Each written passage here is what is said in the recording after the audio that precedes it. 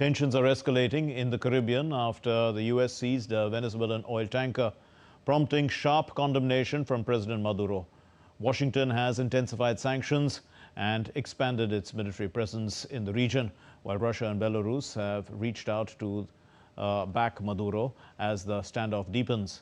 Now, as these rival powers, they circle and tensions also harden. The Caribbean standoff now hangs on a knife's edge. Nishchoy Roy reports.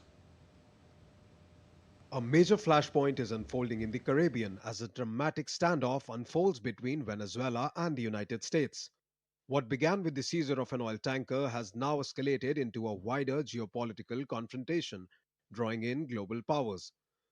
On Thursday, Venezuela's President Nicolás Maduro condemned Washington for seizing a tanker carrying 1.9 million barrels of crude near Grenada, calling it criminal naval piracy.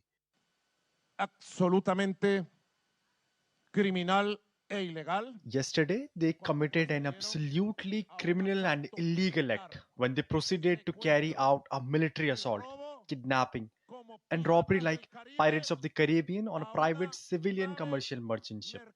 They kidnapped the crew, they stole the ship, and I've already given sufficient instructions for all the necessary legal and diplomatic actions to be taken and measures to be implemented. No fue en las costas de Venezuela.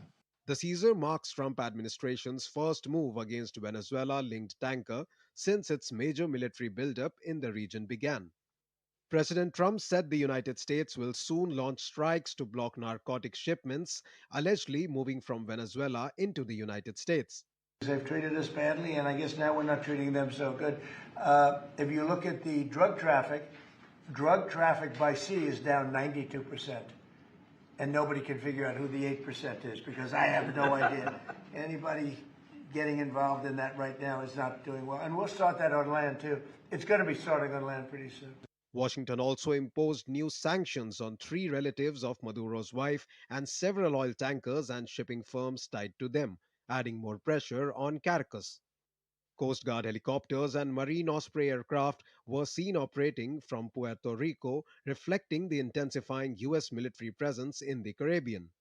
Meanwhile, Russia and Belarus reached out to Maduro, with President Putin reaffirming support for his government as U.S. pressure mounts.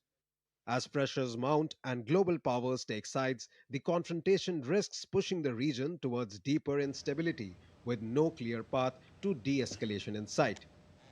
Nishchoy Roy's report for DD India.